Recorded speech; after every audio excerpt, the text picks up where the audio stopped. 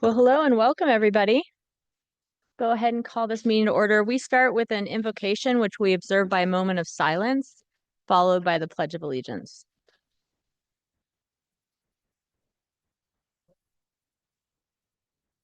I pledge allegiance to the flag of the United States of America and to the republic for which it stands, one nation, under God, indivisible, with liberty and justice for all. All right, clerk, will you please call the roll? Corliss. Here. Halliburton. Here. Morales. Here. Nash. Here. Stead. Here. Willett. Here. All present. Madam Mayor, I'm going to make a motion to amend, if you don't mind, pursuant to 74-204-4B. I move to adopt the proposed amended agenda as posted to correct an error in Resolution 7126, which corrects the name of the alternate council member to reflect Council Member Colin Nash. Second. We have a motion and a second. Clerk?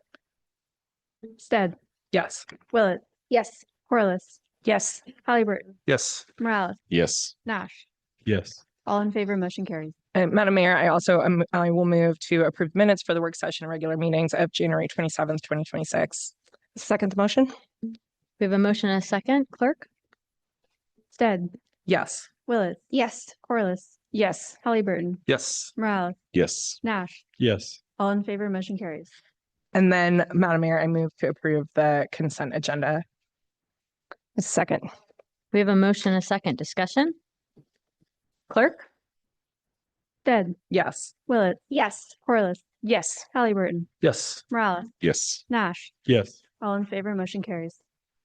And now we'll move on to ordinances. It looks like we've got one on first reading. Madam Mayor, I ask you. Oh, nope, nothing on first reading. Excuse me, second reading. Sorry. Yeah, on second reading, I ask unanimous consent that all ordinances on the second reading calendar be read by number and title only and filed for the third reading calendar. Without objection. And Madam Mayor, I move that for the third reading, I move that It needs to be read first. Thank you. ORD-2-26, an ordinance repealing and replacing Boise City Code, BCC, Title III, Chapter 1, Article A, and enacting a new BCC, Title III, Chapter 1, Article A, entitled Business Licenses Generally, in Sections 1 through 4, requiring licensure and limiting license transfers in Section 5, providing license application form and required information, license fees, application timing, and ongoing duty to update information and license conditions in Section 6, providing license term renewal and validity during renewal application investigation in Section 7, providing for the disposition of license applications and addressing incomplete applications in Section 8, providing for background checks in Section 9, providing consequences for failing to disclose or update required application information in Section 10, providing disqualifying crimes or circumstances for tiers 1, 2, and 3 licenses and driving businesses in Section 11, providing process for license exemption review in Section 12,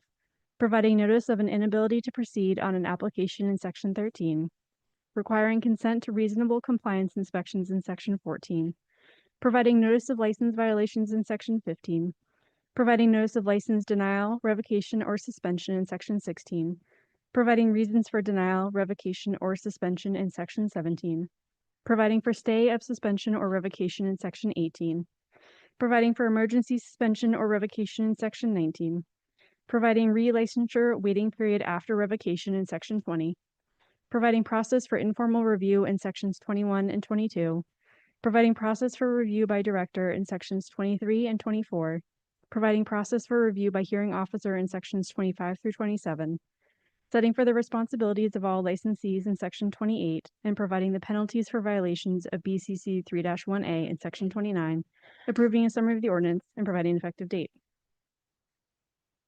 Thank you. Now third reading. Madam Mayor, I move that for the reading of ORD 1-26 be dispensed with and the record reflect it has been read the third time in full. Second the motion? Motion and second. Clerk? Stead. Yes. Willett. Yes. Corliss. Yes. Halliburton. Yes. Morales. Yes. Nash. Yes. All in favor, motion carries. And I move that ORD 1-26 be approved. Oh wait, the clerk has to read again. Sorry, clerk. ORD-1-26, An ordinance, CAR 25-00013, for property located at 1312, 1328, and 1334 East Lewis Street, Boise, Idaho 83712, amending zoning classifications of the city of Boise City to change the classification of real property, particularly described in section 1 of this ordinance, and adjacent rights of way, from R-1C/HD-O, residential traditional with historic design overlay, to R-1C, residential traditional, setting forth a reasoned statement in support of the zone change and providing an effective date. I move that RD 1-26 be approved. A second? Stead, Yes. Willetts, Yes. Corliss, Yes. Halliburton, Yes. Morales, Yes. Nash, Yes. all in favor, motion carries. Alrighty, so now we'll move into public hearings. We have a hearing on fee increases for business licensing. Hannah, thanks for being here with us. She'll present, and then we'll move into land use items after that. Great. Thanks, Madam Mayor, council members. We're here tonight on a fee hearing for fingerprint-based background check fee increases. As I think you're aware, Idaho code requires a hearing to increase fees when we increase them over 5%. And today we're talking specifically about the fingerprint background. So just a little bit of background, we do about 5,500 licenses, business licenses annually, and about 2,000 individual fingerprints each year. We require these background checks related to fingerprints and business licenses related to health and safety for some specific licenses. So think taxi drivers, door-to-door solicitors, alarm installers, things like that. So as of January 1, the state of Idaho increased the fee amounts. You'll see here there are two types, one that's Idaho specific, going from $20 to $25, and the other that's a nationwide, from $33.25 to $37. And we're essentially pass through. So folks come in and we manage the fingerprinting process and charge them, and then we pay those fees to the state. So there's no revenue here. This is just cost recovery. And so next steps, obviously today we're here for the public hearing, then we'll have a resolution to adopt these fees at your next council meeting. After that, the fees will be published and effective upon publication later that week, likely. And with that, I'm happy to stand for any questions and open the public hearing. Questions for Hannah? Madam Mayor, I have a quick question. Do we have any information, you may not be prepared with this, which is okay, but do we have any information on how this relates to the fees that other cities charge? Madam Mayor and council members said, I don't know for sure. I'm going to guess, though, that it's similar, that the state raises their fee to a certain amount and the cities charge that same fee, but I can confirm that for you. Thank you. That makes sense to me. Thanks. Madam Mayor. Yep. Question for you. With the state increasing those rates, a couple of years ago, I recall hearing from some local childcare groups that they were having a hard time getting fingerprinting done quickly. You talked about business licenses. Is that related to childcare, healthcare, fingerprinting as well? These same licenses, and would there be a cost if anyone? I guess are they just considered businesses under kind of this presentation? Madam Mayor and council member said, because we don't do the childcare licenses anymore, we wouldn't do that. I can check on the other ones to see a full list. Essentially, I can get you a full list. Cool. Yeah, that'd be great. Thanks. All right. Well, if no further questions for Hannah, I will open up. This is a public hearing. Anytime we change fees above a certain percentage, we have to have a hearing. Anybody here to talk about this? Anybody online? Any further questions for Hannah? All right, I'll close the public hearing. Thanks, everybody, and take a motion. Madam Mayor, I move approval of the fee increases for business licensing fingerprint-based background checks as presented. Second? We have a motion and a second discussion. Clerk? Stead, Yes. Willetts, Yes. Corliss, Yes. Halliburton, Yes. Morales, Yes. Nash, Yes. all in favor, motion carries. Thank you. Okay, now we'll move into the land use hearings tonight. This first one is City of Boise. As I was about to read it all, and it's us. So we've got Deb with us to present as the applicant. Don't expect, is anybody here from the public to talk about this one? Anybody online? Okay, so I'll just confirm that after we hear from our staff. We'll close it and move ahead. Welcome. Good evening, Madam Mayor and City Council. Before you tonight is a partial plat known easement vacation for a sanitary sewer easement located at 3845 South Millbrook Way. As summarized in the project memo, Lot 8, Block 1 of the Barber Junction subdivision shown on screen contains a blanket sewer easement for a now decommissioned lift station. The proposed vacation will not impact the existing storm drainage easement. And as such, the planning team recommends approval, and I'd be happy to stand for any questions. Questions? All right, I'm going to confirm nobody's here for this. I'm going to close the hearing and take a motion. Madam Mayor, I move approval of SOS-5, the vacation of a sanitary sewer easement and partial vacation of the associated plat located at 3845 South Millbrook Way. Second. We have a motion and a second. Clerk? Stead. Yes. Willett. Yes. Corliss. Yes. Halliburton. Yes. Morales. Yes. Nash. Yes. All in favor, motion carries. Thank you. Excuse me. Next up, we have SOS 2512. And we've got, hi, Matthew. We've got Matthew Dennis for the city. The Peter Stanley. Welcome. The applicant is here. Is the neighborhood association here? We don't expect them to be. Anybody from the public here for this one? All right, so we'll hear from staff. If you've got anything you'd like to add, we'll then hear from the applicant, take any questions and move through it. Welcome. Thank you, Madam Mayor, council members. The item before you is a request to vacate a plat note consisting of a private street name associated with the Forsythia Commons subdivision number 1, which is a 14-lot townhouse subdivision on 0.19 acres located at 3435 North 33rd Street in an R2 residential compact zone. The applicant has coordinated with the Ada County Street Naming Committee to replace West Wimberell Lane with West Georgie Jean Lane, as shown here. The street will remain private and all lots will be readdressed accordingly. As part of this process, both city and county agencies were transmitted. Shown here is the list that the transmittal document, which shows that none of these agencies expressed opposition to this request. In conclusion, the planning team recommends approval of the plat notification, and I will stand for any questions. Great, no questions for you. Come on up, the applicant. Table Rock Development Group, Peter, welcome. Madam Mayor, members of the council, thank you for hearing this tonight. I'm just here to answer any questions that you might have.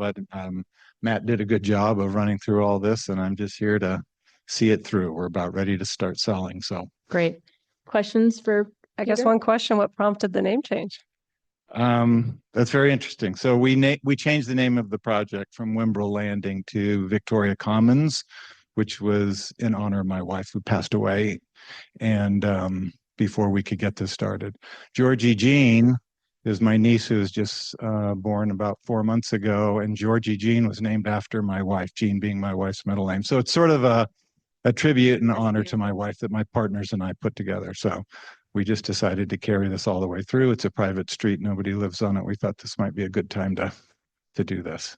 So. All right, thank you very much. Want to confirm nobody's here for this? I'm going to go ahead and close public hearing, take a motion. Madam Mayor, I move approval of SOS 25-12, the vacation of a plat note consisting of a private street name located at 3435 North 33rd Street in an R2 residential compact zone.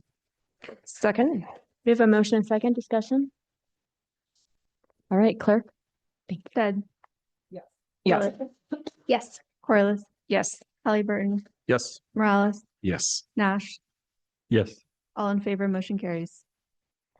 All right, we'll move on to Jesse Lyle's project. Welcome, Jesse. ZOA 25-1. Bailey Engineers, Kelly Black. Hi there, welcome.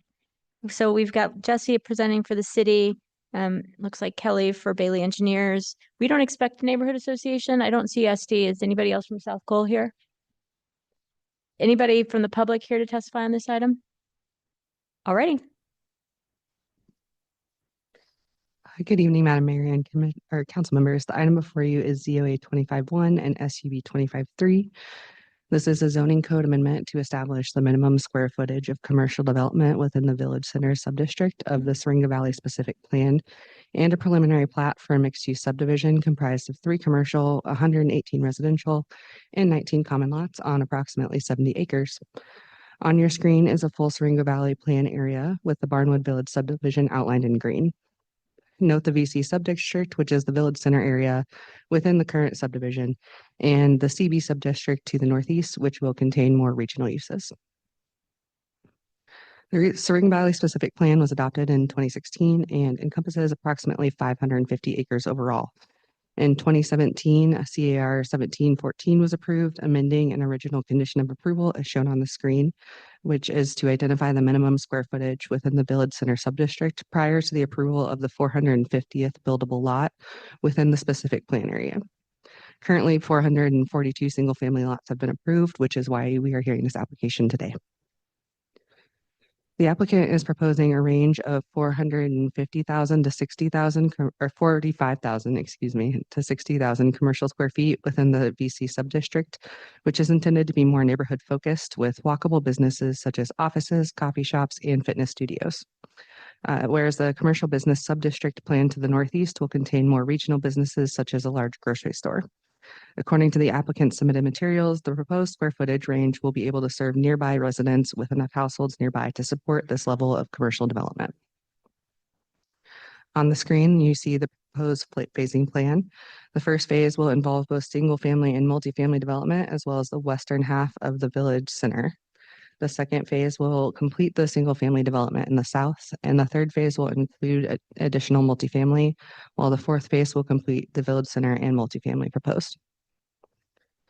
This slide shows the subdistrict breakdown in more detail with the future school and park sites shown to the southeast. Most single-family lots will be to the west of the school and park sites with increased density in the MR and BC subdistricts to the north along Lake Hazel Road. Each mixed-use and multifamily proposal will involve additional design review. The roadway network for the proposed subdivision is shown on the screen, with the collector roadways generally matching what was approved in the initial Syringa Valley plan. Comments from ACHD indicate that some redesigns are needed along Storywood Street, the southern segment of Umatilla Way, Taproot Drive, to reduce the length of the roadway or include passive design elements. Additionally, an intersection analysis will be required for the Lake Hazel Road and Umatilla Way intersection to evaluate if a signal or roundabout is needed. There are also modifications needed for the horseshoe-shaped portion, and all modifications to the proposed street networks must be made prior to the submittal of final plats. As conditioned, there are multi-use pathways and on-street bike lanes along Umatilla Way and Storywood Street, detached sidewalks throughout the subdivision, and additional pedestrian connections to the west and to the VC area. In conclusion, the Planning and Zoning Commission recommends approval, and I'm happy to answer any questions. Madam Mayor? Yep. Yeah, thank you, Jesse, for going through this. Can I have you flip back, I think, 3 slides to show the phasing of the development? Just a quick question. So we're talking here about the commercial portion of it. And is that split up in between 2 phases, calling the Village Center? Okay. Madam Mayor and council members, yes, so the Village Center commercial portion is split into 2 phases. The full-on subdivision preliminary plat is for the whole about 70 acres, and the Village Center portion of that would be partially done in phase 1 and partially done in phase 4. Madam Mayor? Yes. Is there a breakout of what's going to be done in phase 1 versus phase 4 or square footage? Madam Mayor, council members, I think that would be a better question for the applicant. They might have a little bit more detailed specs. Appreciate it. Thanks. Madam Mayor. Yes. Jesse, thank you for this. It's my understanding that this project used to have a condition related to the construction of a fire station and the phasing of the development. Could you speak to that condition and what's its status today? Madam Mayor, council members, I'm not sure about that exact condition and when that was modified. I'd have to look into that and get back to you, but I do know that there are conditions on other developments that are in this general area that do have ties to a fire station. Okay. Madam Mayor. As staff is looking at, recommendation for this and considering some of the newer things that have come through, and then also some of the more long-term planning that we're starting to do out in these areas. How has any of that kind of affected the way that we see this development? Or is this kind of what we probably would have expected to see if none of that other stuff was happening? Madam Mayor and council members, that's a good question. And so there's kind of two parts to that. One is that this was a specific plan. So there was, generally follows the specific plan that was approved back in 2016 when we hadn't considered a lot of the other development area potential. However, this is one small commercial area that is more neighborhood focused.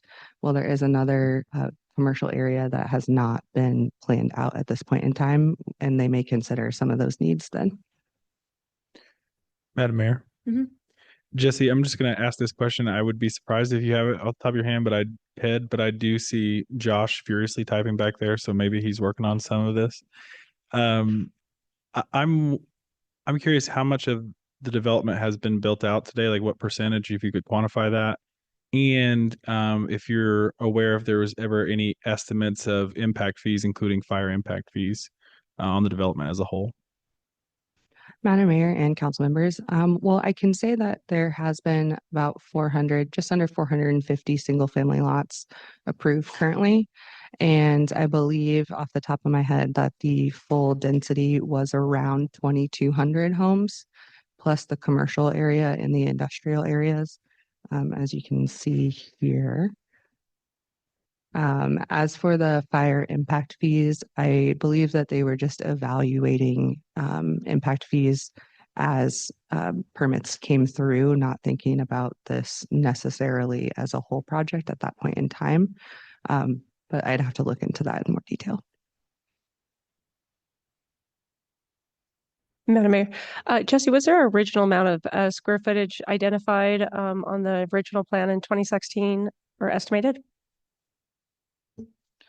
Madam Mayor and council members, there was not really a whole lot of commercial square footage identified specifically, just the sub-districts and the condition to come back and clarify that as the build out was in process. Okay, thank you. Thank you. Alrighty, come on up.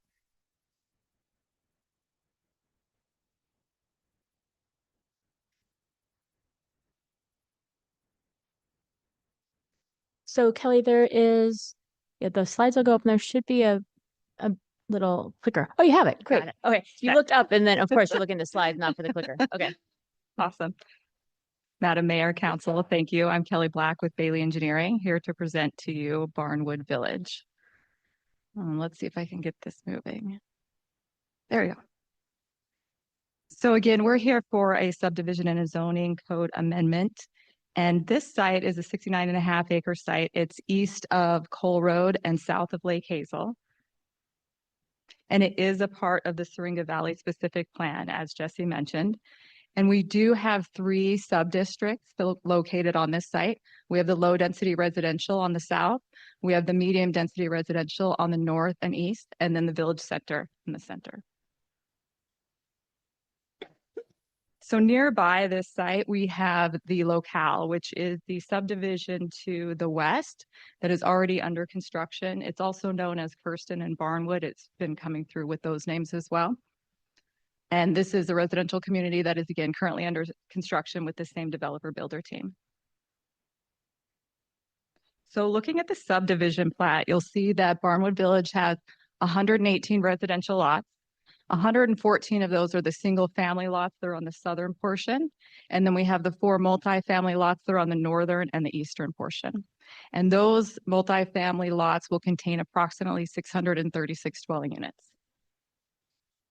The 3 commercial mixed use lots are in the village center area, and those will contain approximately 168 dwelling units. And we will be submitting design review applications for the multifamily and the commercial area at a later date. In terms of access, we have access off of Lake Hazel via Umatia Way. It's our first primary access point here, and that comes all the way down into the village center and then sort of continues in the Umatilla horseshoe shape that goes through the center. And then we also have Lake Hazel at Hayloft, which is to the east. And then we also have Storywood Street, which is our east-west collector, and that connects to the existing Storywood Street that is to the west as a part of the locale. We're also connecting a series of other streets to the existing locale site. From Austin Creek Street to Cropland Drive there, you'll see that they're all stubbed out and they'll be connecting to the existing site to the west. As for amenities, we are looking at quite a few. We're proposing to have a couple of community centers and a couple of pools, 2 of those in fact, and those are up near the multifamily space up there, indicated by the number 1. And then pickleball courts, we have up off of Taproot Lane is that street there. And adjacent to the pickleball courts, we have the half basketball court.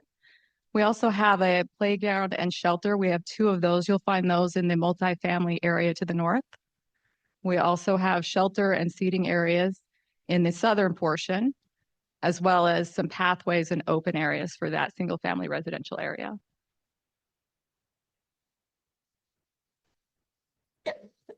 So in terms of pathways and walkability and bikeability in this area, we have a lot of options for the residents. We have the 10-foot detached sidewalk along Lake Hazel, and that will connect again to the existing sidewalk that exists in the locale. And then the 10-foot detached sidewalk plus dedicated bike lanes along Umatilla Way. And those were dictated with the Syringa Valley specific plan. So we were showing those in the northern section. And then we have 10-foot detached sidewalks on Storywood Street and 5-foot detached sidewalks along Hayloft and all the internal roads. And then we also have pathways along all the common areas as well. It's really a very walkable, bikeable community.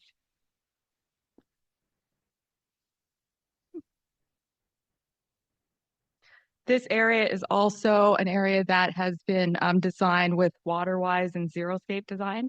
And that was also a part of the specific plan and has been a part of the vision for this entire area.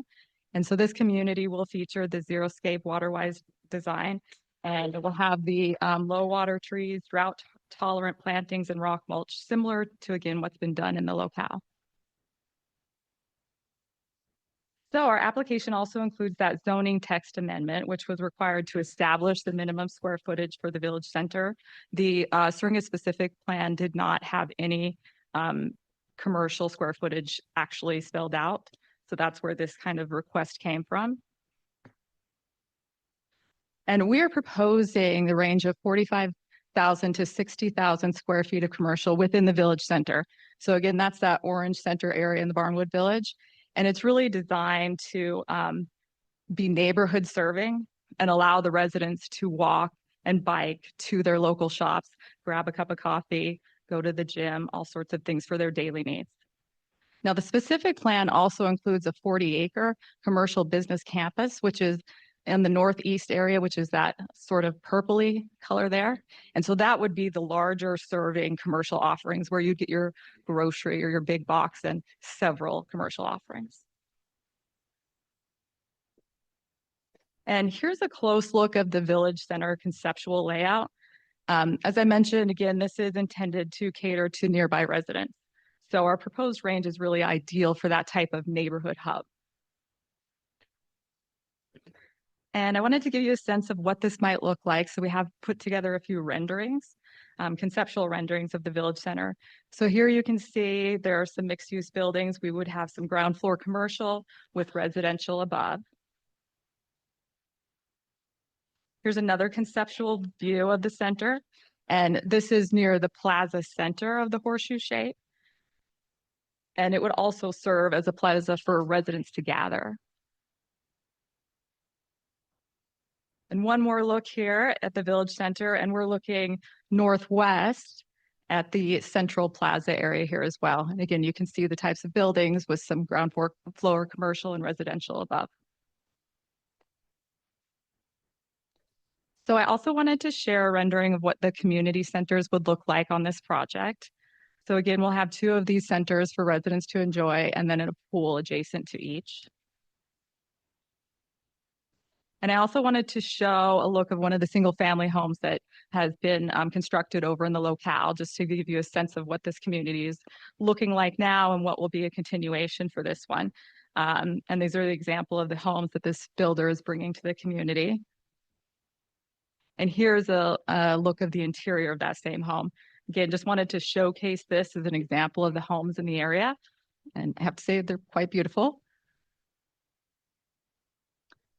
And that is all I have. We do agree with the staff conditions of approval, and we're seeking our approval on the subdivision and the zoning amendment. And I will stand for questions. Kelly, thanks for your presentation. Are there questions for Kelly? Yeah, Madam Mayor. Kelly, thanks so much. It's getting to be such a beautiful development out there. And I appreciate you coming tonight and putting this forward. Couple questions on the village center. If we could go back to the renderings. Yeah. I just want to confirm, so the amount of multifamily out there, was it about 116 units? 168 units is what we're 168. projecting approximately. Okay, so be mixed use with business and Yes. residential. And then going back to the map portion of that is, can you kind of identify where the parking is for those? Or is that within the mixed use? It is sort of combined, and I might actually ask Dave Bailey to come up and talk to some of the parking. if he Oh, doesn't I think mind my I engineer. see that. Okay. Yeah.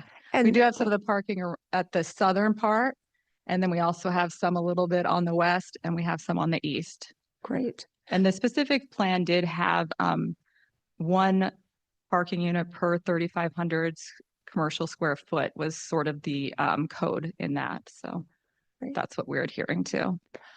And the last question I have is just on the amenities. When do you Yeah. expect the amenities? Will they be built as part of this phasing?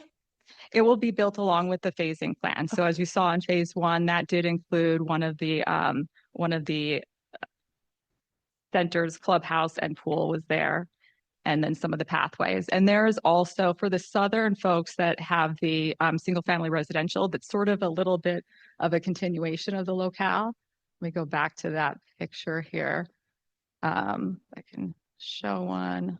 You can see the locale, I kind of roughed in a little bit of the overlay there. But that community also has several amenities that are being built out, including a clubhouse and pool, and they would have access to that. Awesome. Okay, great. Thank you. Yeah. Further questions?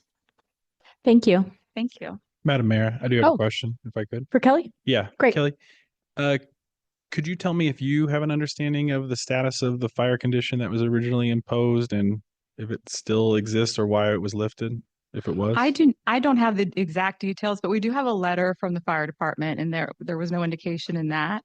I do not have the detail. I think that Jesse was going to look into that, and I can see if I can find anything as well. But in the letter from the fire department, I did not see anything. Okay, thank you.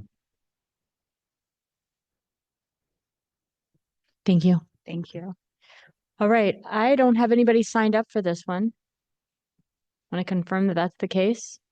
Is anybody online? Do you have follow-up questions for staff? Nope. Madam Mayor, I guess just the follow-up questions would be if they found any of the details that Councilmember Nash, I know that Josh was scrolling through everything really quickly, so unless there was any updates there. Madam Mayor, if I could just have a comment, if I assume staff doesn't have answers to that.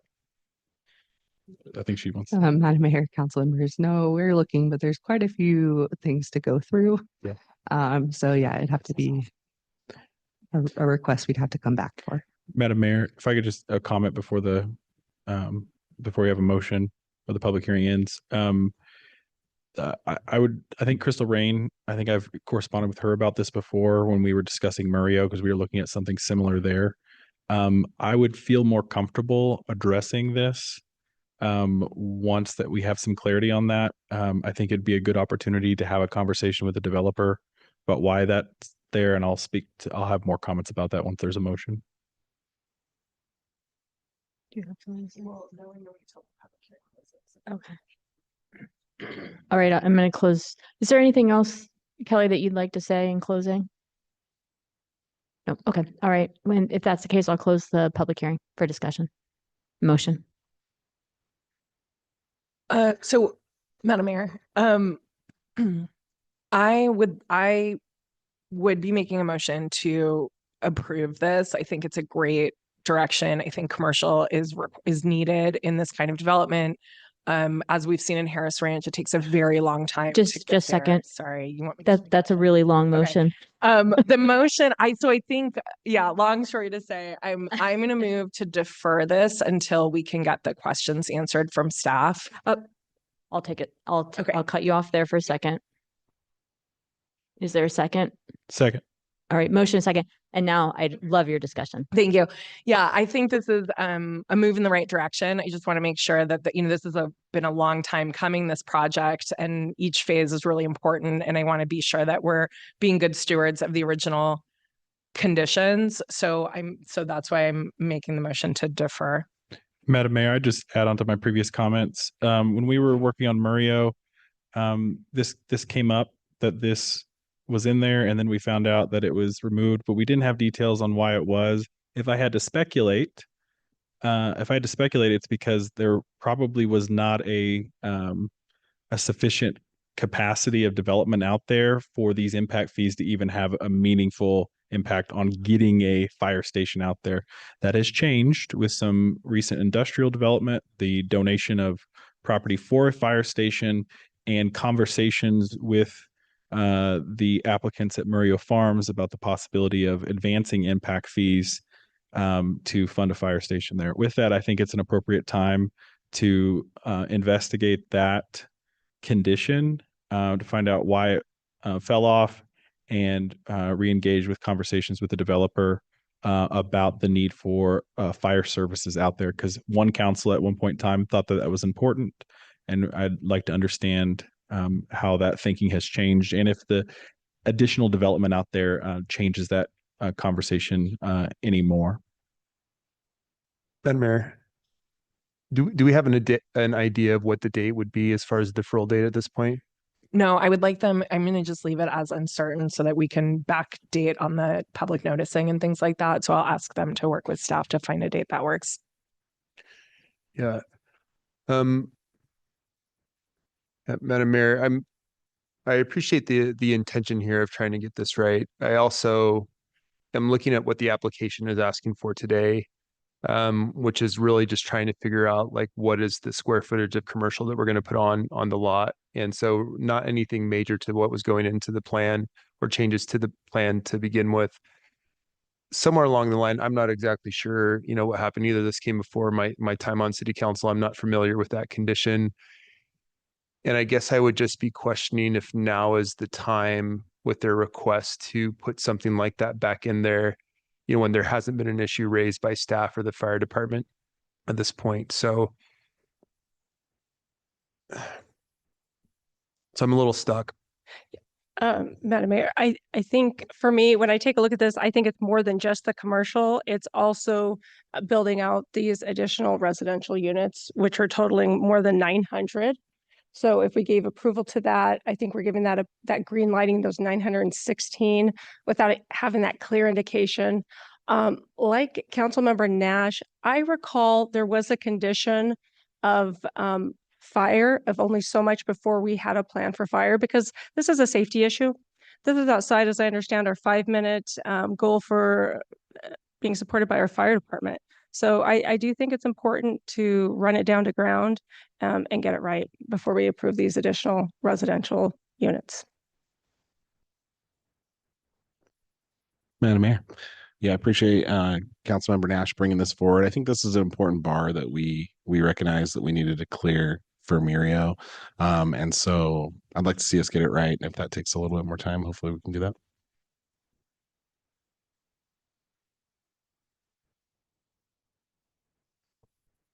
Anything more? All right, before the vote, Council President, would you like to just state again the motion and your thinking on timing? Yeah, the motion is to defer until we have the history of the conditions from staff. And I would ask the applicant to work with staff to find a date that works for the public noticing. I think it could be as soon as possible based on the requirements for public noticing. All right, thank you. Clerk? Stead, Yes. Willett, Yes. Corliss, Yes. Halliburton, Yes. Morales, Yes. Nash, Yes. All in favor, motion carries.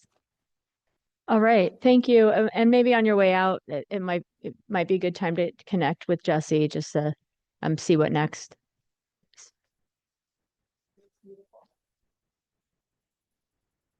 All right, and our final item, CPA 25-4. I have one person signed up who's both in favor and opposed. Kip? Welcome, I love it. Looking forward to hearing from you.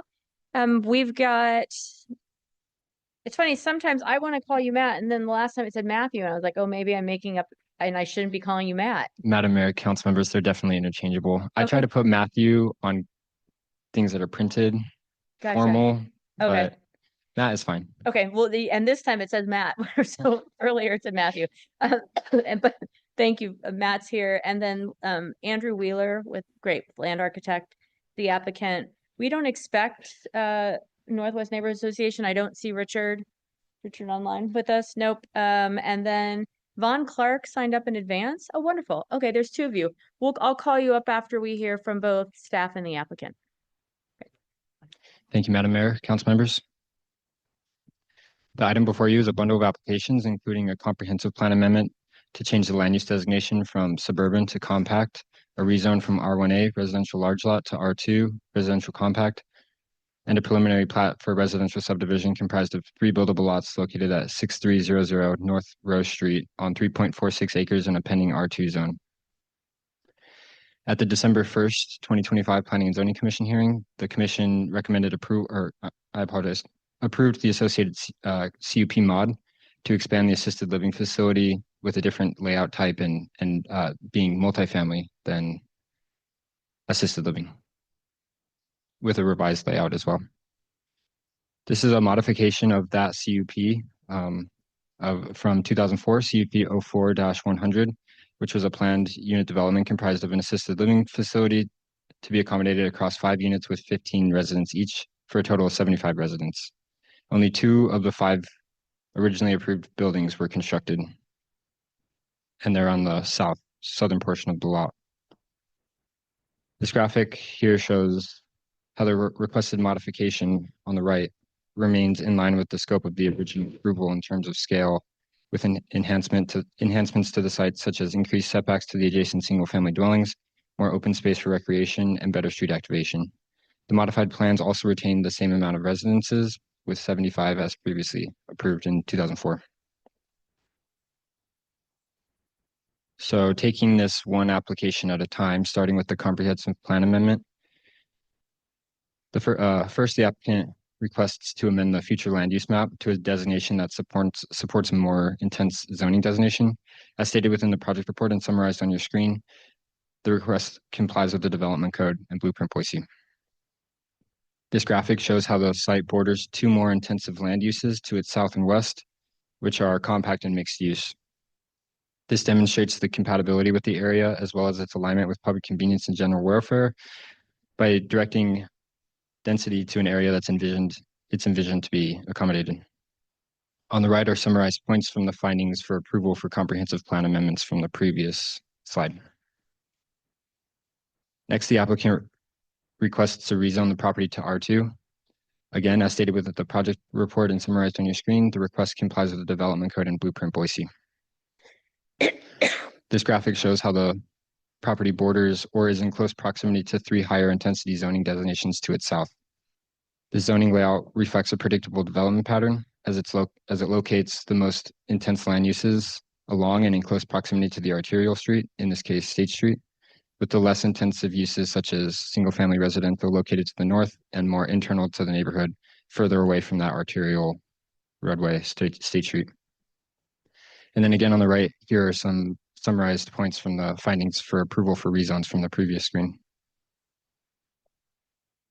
Finally, the applicant requests to subdivide the property with 3 lots, all of which meet the dimensional standards of the development code.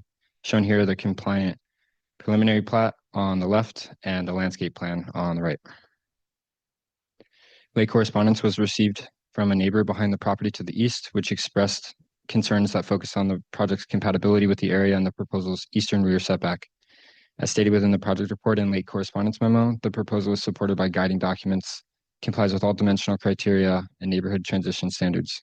Similar testimony was presented both in person and in writing to the Planning and Zoning Commission, who found the proposal to be supportable. Finally, design review will be required after this approval to further ensure that these requirements are met as proposed. In conclusion, the Planning and Zoning Commission recommends approval of all these applications shown on your screen, and I will stand for any questions. Questions for Matt? All right. Come on up. Welcome, Andrew. Madam Mayor, members of the council, thank you for your time and attention this evening as we present to you Epoch Estates. Matt, can we get that up when you get a chance? And thank you for all your help. Matt has been instrumental in this project. We've been working on this for close to 5 years now, so it's been going for a while.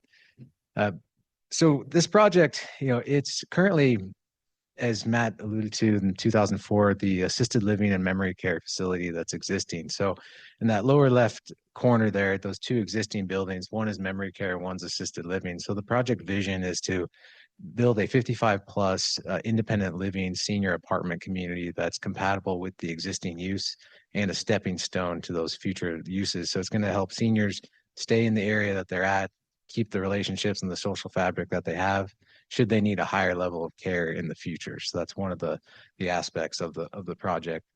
As I'll go over this quickly. As Matt noted, there is the existing site, which is located directly adjacent to an R2 zoning and about 230 feet away from the Limelight building, which is the R3 zoning in that lower left corner. And the comprehensive plan, it sits in this nexus of dense development. So it's ripe for what we're asking on this rezoning to bring these needed housing units to the community. Here's what that looks like in context. That lower right image, you can see the red dot there. That's the existing site. So you can see the proximity of the development to the south. The green fields to the left there on the west, that all is that compact development. As part of this project, we are extending the sewer on Rose Street, which will help aid the additional infrastructure for future development in that compact zone. Here's an aerial of the site as it sits today. So this northern half or northern 2 acres is what we're proposing to develop today. This is an image showing the existing single family that surrounds the property. And a couple of views of the site. So you look at that upper left, that's standing on Rose Street looking at the existing drive entrance into the property. And the lower right, that shows the existing meandering sidewalk. As part of our application, we are asking for a variance to keep the meandering sidewalk and not do a linear sidewalk. It's in excellent shape. It's actually owned by ACHD anyways, and it serves as a storm retention area as well. And that was approved at Planning and Zoning. A couple more views of the site. You can see that existing drive aisle in that lower left image, and these are single-story buildings for the existing facilities. As part of this, we are proposing a 2-step process here with 2 final plats. So the one on the left would be, the initial intent would be to a final plat to separate the existing buildings, strictly to isolate the existing facilities from the new development, and then come back through a second subdivision application final plat to subdivide on the image to the right, each building being on its own lot. Here's the existing survey on the left. So you get an idea of the context of the site. And on the right, that is the proposed map there. Here's the site plan. So talk a little bit about the orientation and the layout and what drove this design. One of them was being sensitive to the neighbors in the area. So orienting the buildings in this direction gave the non-broadside, the small side of the building facing east, which helps to limit the amount of building that's facing those eastern neighbors. It also allowed us to do that upper entrance on the northwest corner so we could loop that road and it wouldn't be as much congestion in the single entrance point that currently exists near the existing building. We propose to put the dog park and the pickleball court that are social spaces that are going to give exercise to the seniors, are going to provide social context and be a hub of activity. And also it's closer to the existing facilities, so the frequency of use can be more frequent for the existing tenants of the current buildings there. Looking at the landscape plan, so you can see here we have a lot of dense landscaping on the perimeter. These are 35, 40-foot trees that we're putting on the perimeter there to buffer that eastern border. I should back up as well. We do comply with the 10-foot neighborhood buffering standards on the east and the west in order to, again, create that separation. And we're looking at trash enclosures. So currently the existing lower right image, you can see that's the Republic Services, the bins that are, pull up my laser here. Right in this location right here, that's where their existing services are. And there's right here, you can see this kind of T backup space. So that's what Republic Services is using to service those bins. Since we're taking that away, they are requiring us to put reallocate the location for those trash enclosures, but now they'll actually be in an enclosure, whereas now they're just sitting in containers, not an enclosure. So it'll be a enhancement to the property. The other two buildings have internal trash rooms, so these will be staged by property management. They're trash compactors that then will be wheeled out on trash pickup day and then put back inside. So that is going to eliminate the putting trash enclosures on the perimeter. We do have the one down here, which that did get brought up by Mr. Clark, which I'm sure he'll speak to later. And we did push that further out as far as we can with the radius of that fire, 28-foot offset to the 48 feet about here. So that is getting pushed further away as much as possible. This image here shows parking. So most of the parking is located internal, and we do have surface parking as well. We are hiding the parking per zoning standards or design standards to put the parking in the back, buildings in the front, and provide that tuck under parking amenity for seniors. Now, bike parking, we're meeting and exceeding the requirements there. We have 2 bike parking rooms, as well as we have enlarged garages that will allow residents to store their bikes in their garage. And this shows just the connectivity of vehicular circulation in red and pedestrian circulation in blue. So we really try to make this a walkable network of a community that's walkable, that allows for those serendipitous moments of benches and interaction with seniors and the residents that are currently in the assisted living facilities. As well as we have 2 community spaces and 2 large patio outdoor spaces that surround that community recreational area. And speaking of amenities, so on site, we have a dog park, a pet wash, pickleball court, fitness area, game room, community lounge, large outdoor patios, and private patios. And this shows the open space on the project, so we're well above and beyond the minimum required. And then here are a couple other views of the project. So really speaking of setbacks, so here on that northwest corner, you can see we're about 33 feet off of the property line, and then 45 feet as the property line steps a little bit further north, 93 feet in that northeast corner, and 109 feet to the building B, which is that northern building. And then here we're 59 feet and 61 feet. We have this juts out at level 2. It pops out to that's why that's a little lower. In our planning and zoning hearing, it was brought up that, that 15 feet is actually the code of from where we could put a building.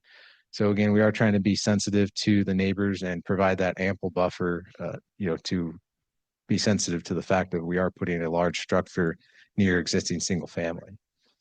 That shows it in section a little bit better. So overall height to the peak is 44, and we are 29 to the eave. So you're about 26 feet or so to a window on that 3rd floor. And we have 61 feet on that setback.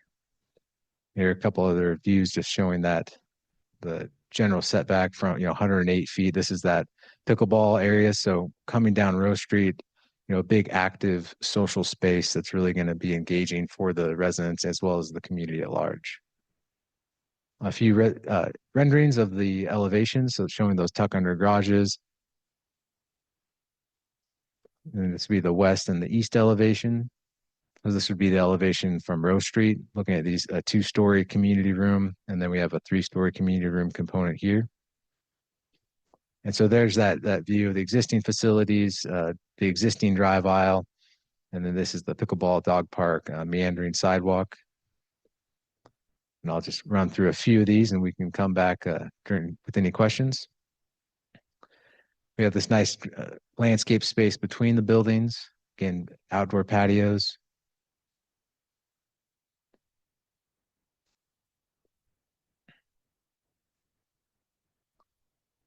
This is our bike storage room here. And covered parking with a low profile design.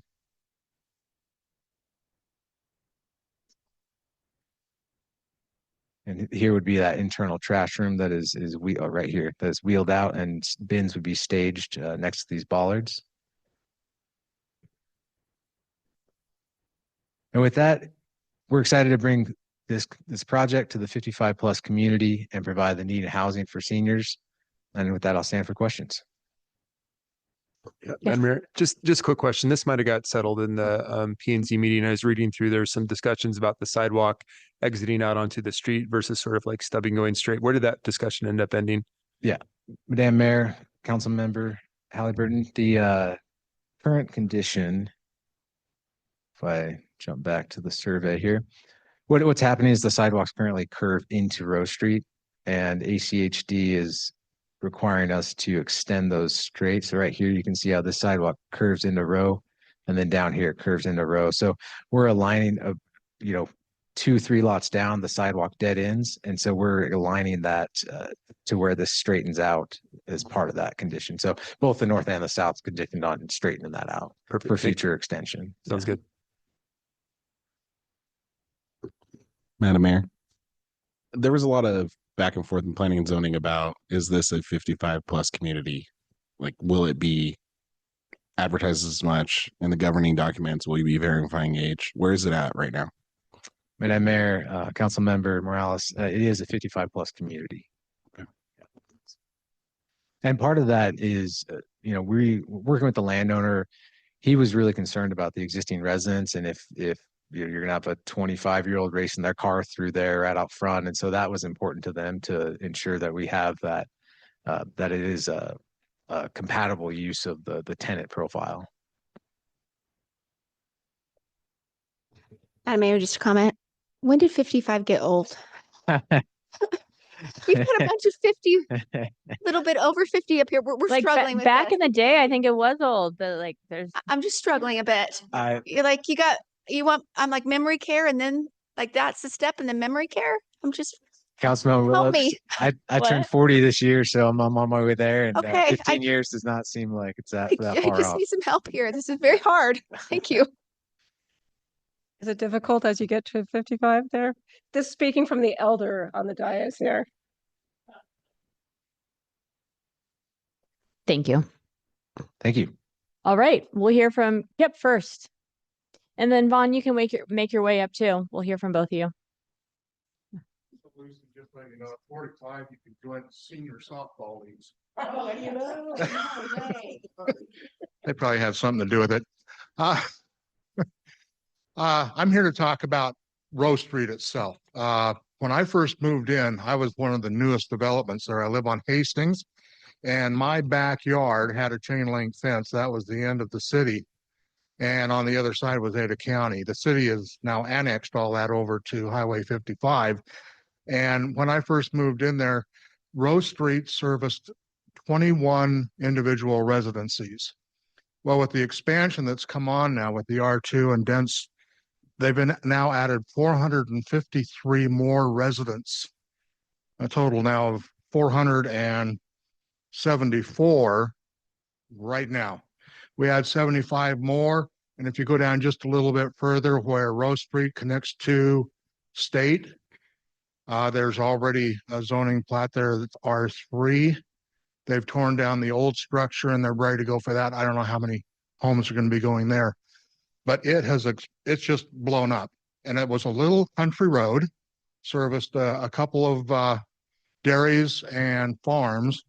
And right now it is so busy, especially during the construction time as it is developing, because they're bringing in the heavy land movers, concrete trucks, building materials, all that kind of stuff, just tearing that road apart. And so it's too narrow to handle what's there now. And if we keep putting more on Rose Street, I'd really like to see somewhere that Rose Street be widened. And not only that, there is a short section where it has been widened with the current development. And we've got people parking on both sides. So you can only drive one car at a time, can go through one direction or the other. You can't get two cars going head and head. So I'd like to see a restriction of parking on one side of the street or the other. It doesn't matter. Just too many residents are parking on the street instead of their garage, or using their garage as storage and parking on the street. Really dangerous. So just something I'd like to keep in mind as we continue to develop Rose Street.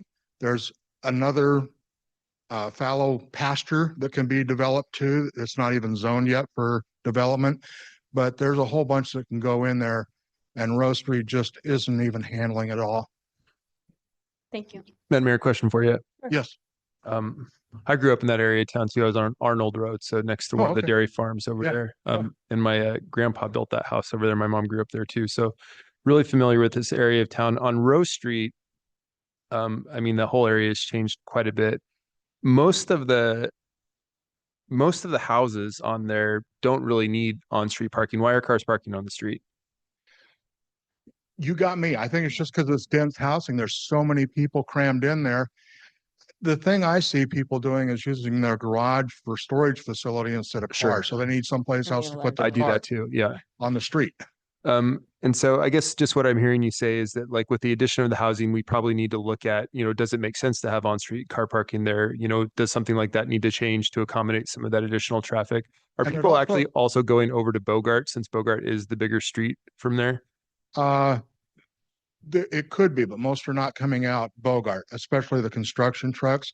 I've already talked to ACHD and ITD about the intersection of Row and State. It just explodes, especially at the corners there.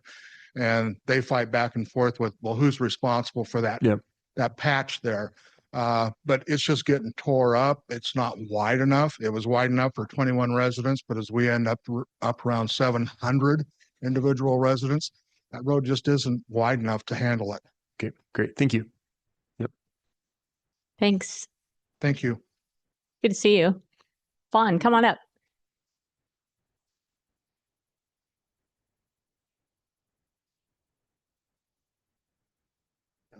Could I get the site map projected for reference, please? Matt, you're working on that? Great, thanks. Have a great evening, Kip.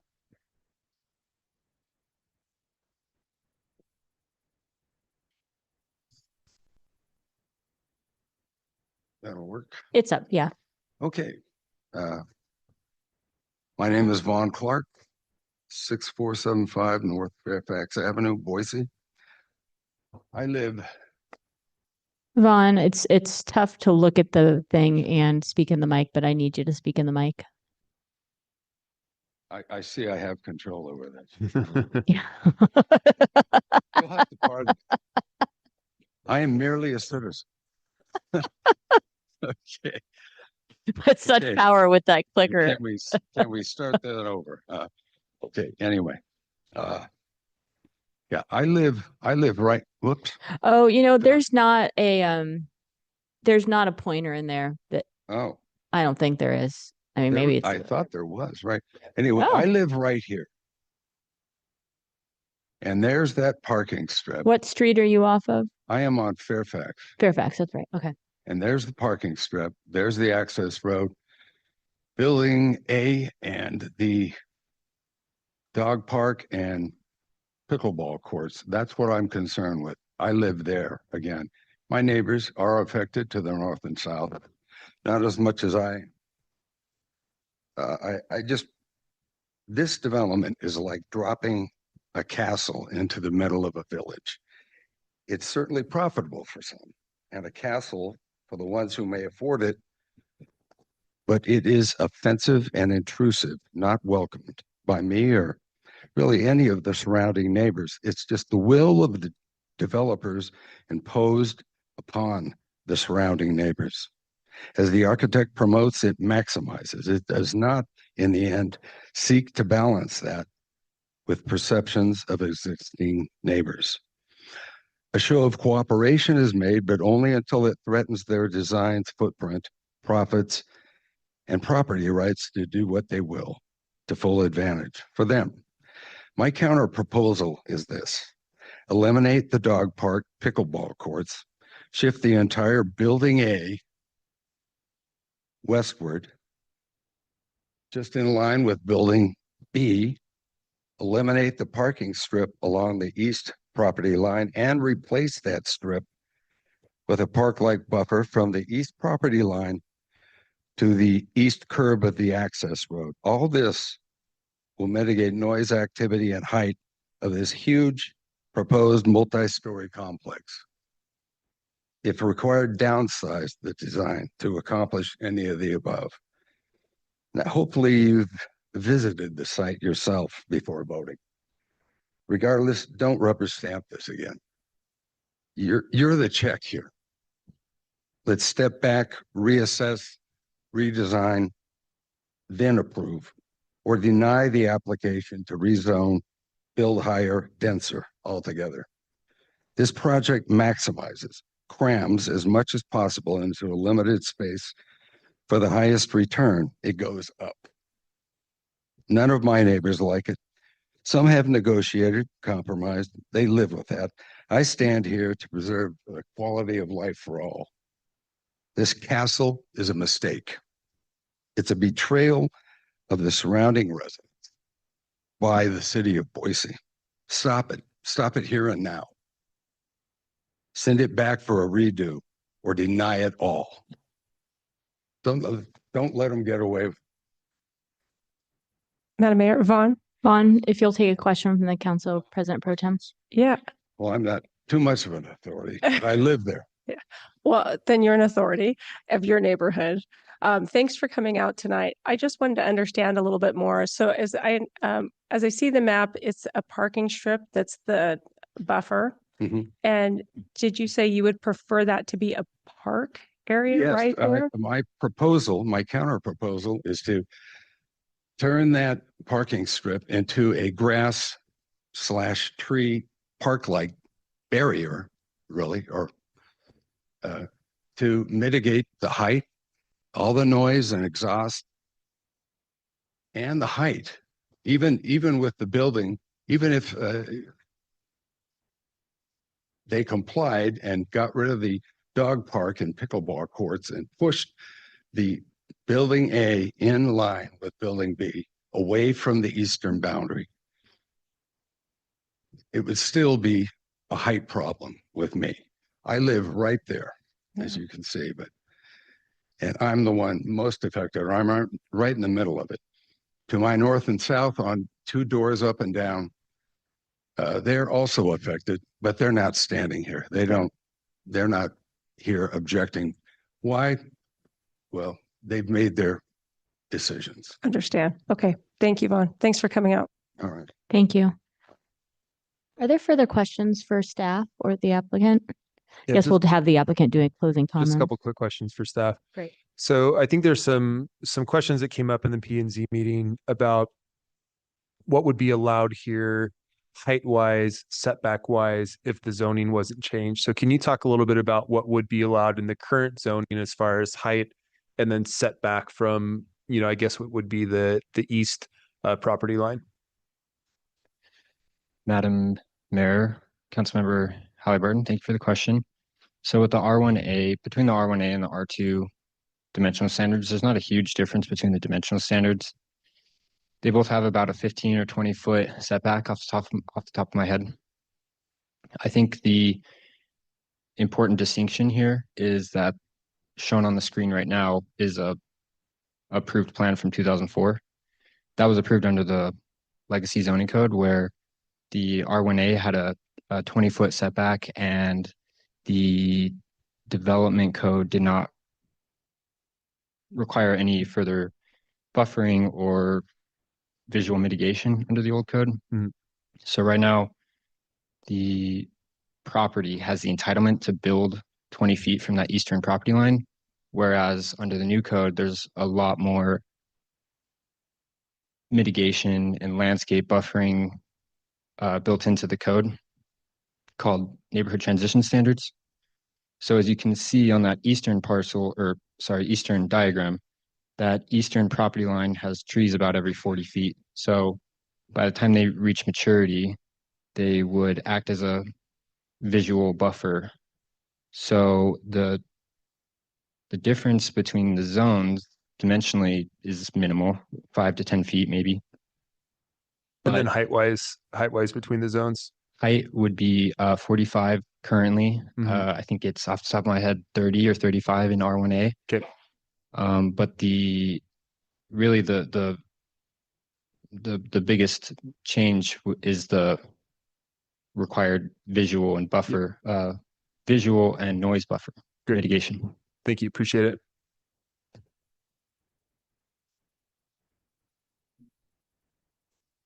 Further questions for Matt? All right. If you have anything else you'd like to finish with, close us out. You're welcome. Good day, Mayor, members of the council. I'd like to thank Mr. Clark for his thoughts on the project. I did spend quite a bit of time with Mr. Clark, both on the phone and at the neighborhood meeting, talking through these issues. And we hear him, we hear all the neighbors. There are a lot of things that we don't have in the site plan today that we initially did have, such as we had the dog park. Matt, can you pull that back up? We had the dog park in that northern kind of notch that you can see there, right? So originally we had the dog park there. I thought it would be a great idea. Realized that might be a problem with neighbors and dogs fighting and everything adjacent to the fence. Let's see if I can do it too. Right. Oh, you can just sorry. go back to that one. Yeah, Okay. appreciate it. So right here, and then we also had a trash enclosure in this location. In the neighborhood meeting, we had a lot of feedback that they didn't want that trash enclosure right up here. So that was what prompted bringing those internal to the buildings. We did have the pickleball court also in this corner at one time, which again, sorry for those who weren't looking in that area, which again noise is a concern there. So we decided to move both of those amenity spaces to here, not only to serve as a hub of activity and to beautify that entrance, but also get it closer to the existing residents and mitigate the noise from those social activities. From the profitability standpoint, I mean, the reality is projects are hard to make profitable. I mean, between all the competing demands of parking and bike parking and stormwater and everything that you have to do as a developer, it's very challenging to make projects with prices of land these days, prices of construction. So just the reality of meeting competing demands to bring housing to the marketplace that really needs it. So it's something that we struggle with on the design team and on the ownership side.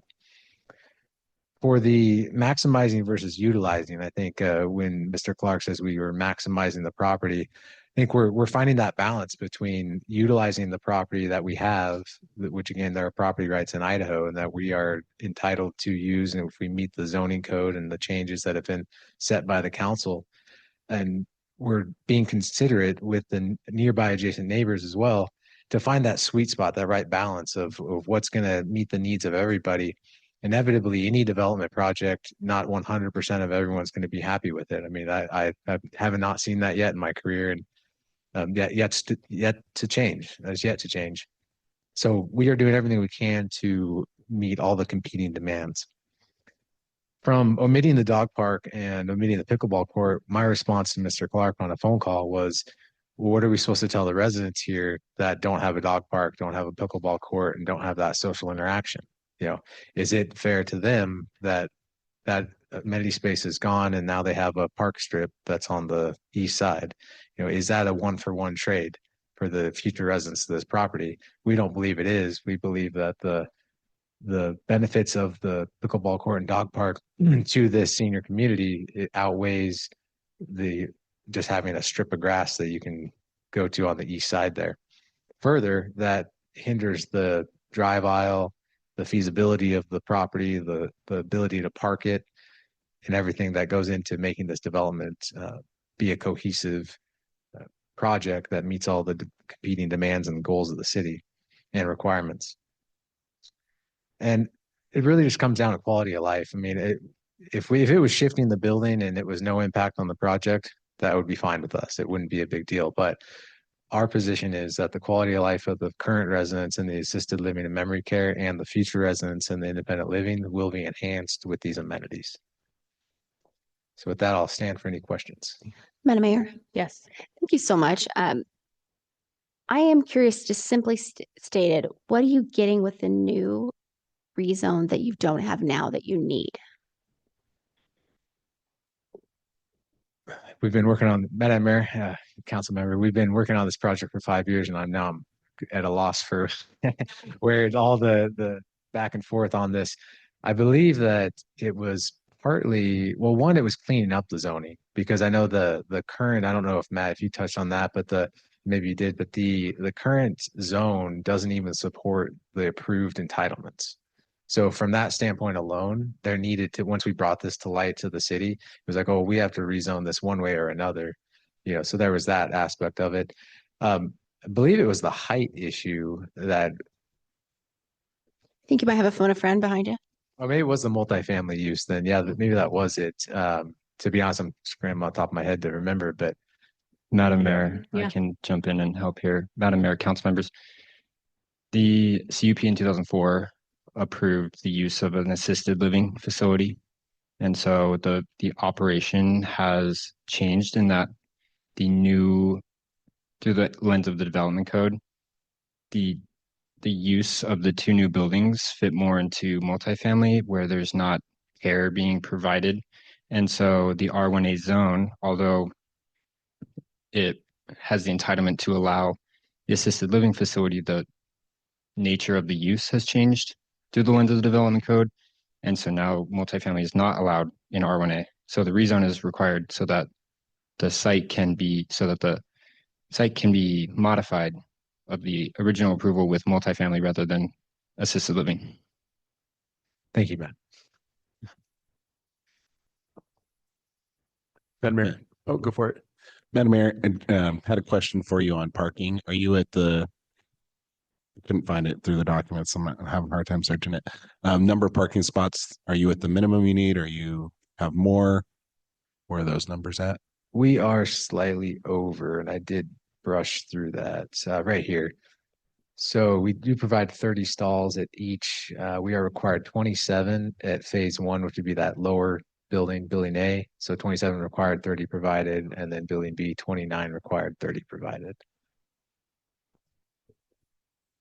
And just kind of reason for having those extra stalls then? Well, I think it's this is senior housing, and that does typically have a lower, parking requirement, but people also have visitors and it's a nice amenity to have to not have to search for if you need a stall that there's one available. So yeah, we've never had a project that parking is not wanted. Madam Mayor, somehow the last applicant made it through without a pickleball joke. But one of the things I know about people that are over 55 is that they really like pickleball. And also they really hate it when other people are playing pickleball and they're not, and then there's noise from pickleball. So you've got like a pickleball court like right next to some other facilities there. Are you doing anything like as far as soundproofing rooms, addressing any sort of noise issues? I just can't wait until I get some emails, from the neighbors in this area, which is my district, about the noise of the pickleball that's going on. So anything that you're doing to kind of mitigate, the location there and the concern. Yeah. Look at these separations. Madam Mayor, Councilmember Halliburton, appreciate the question.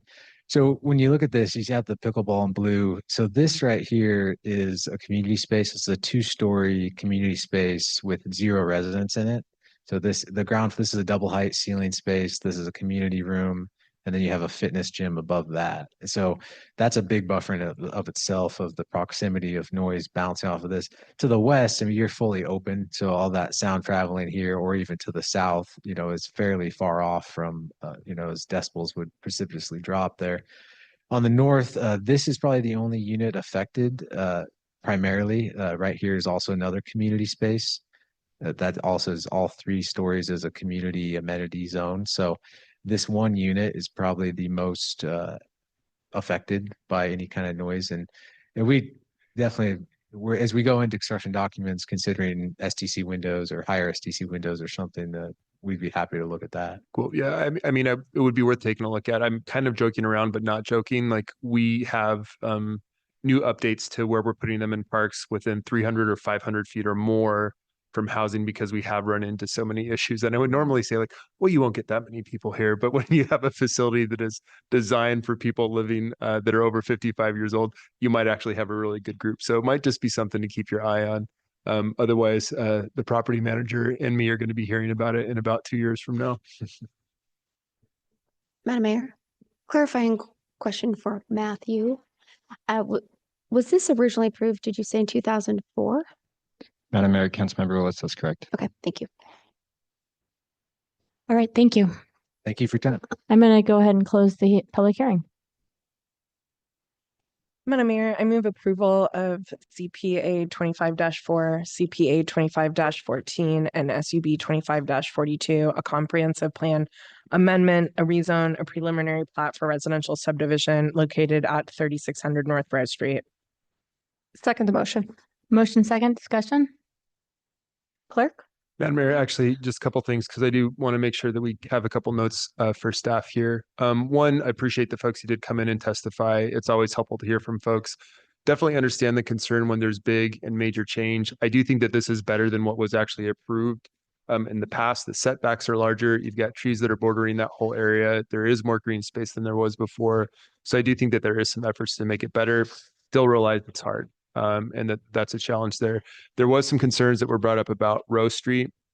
And those concerns are consistent. Every single time that we see something approved in this area of town, there's a big concern about whether it's Bogart or Duncan or Rowe or whatever it is, streets that really haven't been updated that are coming down to State Street. And this is a really big challenge on a street like State Street that's still 55 miles an hour, that isn't necessarily treated the same way that neighborhoods further east are treated, where we're lowering the speed limit. There are more stoplights, and there's better things to look at.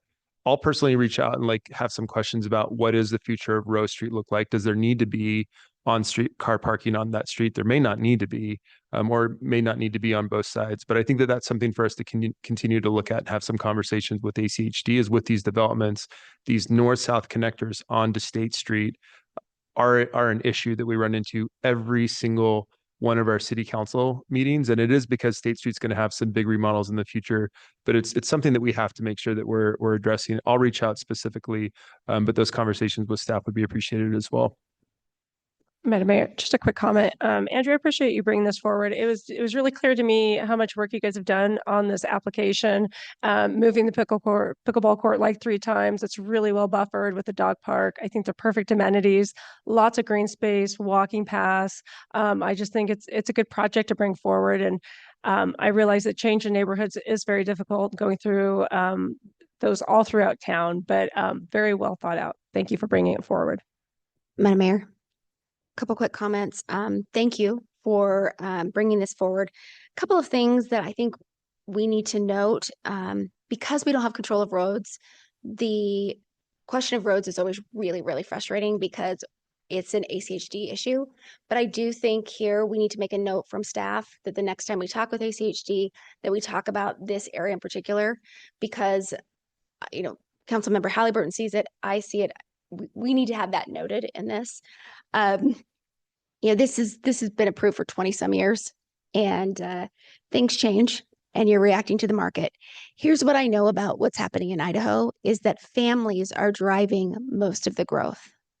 Either parents come and then kids come, or grandparents come and then the grandkids come. It's all being driven by the love of family, of families wanting to be together. There is such a low availability of places to go where you can transition over time. I mean, all joking aside, it is a huge need. I'm dealing with this with aging parents. We have to have places like this where it's convenient and we can keep families together and they can be in a neighborhood like they've been. So thank you for bringing this to the market. I know it's hard, supporting the motion, and I'm just excited to see us offer more opportunities for families to stay together. All right, clerk. Stead. Yes. Willett. Yes. Corliss. Yes. Halliburton. Yes. Morales. Yes. Nash. Yes. All in favor, motion carries. Madam Mayor, I move to adjourn. Second. All in favor? Aye. Aye. Opposed?